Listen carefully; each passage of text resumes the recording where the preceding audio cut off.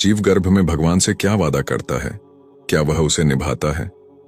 आइए जानते हैं भगवान श्री कपिल मुनि व माता देवहूति के संवाद से। माता देवहूति ने पूछा, मातृ गर्भ में तो जीव को बड़ा सुख मिलता होगा, न सर्दी है, न गर्मी है, न शोक है, न मोह। भगवान कपिल ने उत्तर दिया, यह मत पूछो माता। मां के गर्भ में जीव को जितनी वेदना होती है उतनी न पहले कभी हुई थी उसे और न कभी आगे होगी। गर्भवास समम दुहकम न भूतो न भविष्यति। इतना कष्ट होता है। हजारों छोटे छोटे जीवाणु कीटाणु जो मातृगर्भ में पलते हैं, ये जीव के कोमल त्वचा को काटते हैं। जीव तड़पता है, बिलखता है, पर वहां कौन सुने।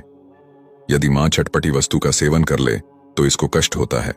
मां कभी गर्म वस्तु का सेवन कर ले तो इसे दुख पहुंचता है। 7वां महीना आते ही जन्म जन्मांतर के कर्म इसको याद आते हैं और भगवान की स्तुति करने लगता है। तस्योपसन्नम वितु जगदिच्छयातना नातनोर्भुवि चरणारविंदम। अर्थात परमात्मा से कहता है कि हे भगवान, एक बार मुझे इस गर्भ से निकालो, गर्भ से बाहर करो प्रभु। आपका ऐसा भजन करूंगा कि फिर कभी गर्भ में नहीं आना पड़े। भगवान कहते हैं, तुम गर्भ में ही स्तुति करते रहो, बाहर आते ही इस कष्ट को तुम भूल जाओगे। जीव कहता है, सत्य कहता हूं, एक बार गर्भ से बाहर निकाल कर देखो, मैं तुम्हें कभी नहीं भूलूंगा। बड़ी बड़ी प्रतिज्ञाएं करता है। 9वां महीना पूर्ण हुआ, 10वां मास आरंभ हुआ और जैसे ही प्रसव की वायु का वेग आया, जीव मातृगर्भ से तुरंत संसार में आ जाता है।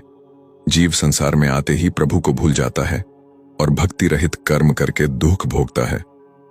गुरु साधु शास्त्र अनादिकाल से कहते आए हैं, हरि का भजन करो, हरि है तुम्हारा। बाकी तो सब तो झूठ है, फरेब है, धोखा है। बुद्धिमान व्यक्ति ही हरि भजन कर सकता है। श्रीमद् भागवतम में भी यही उल्लेख है।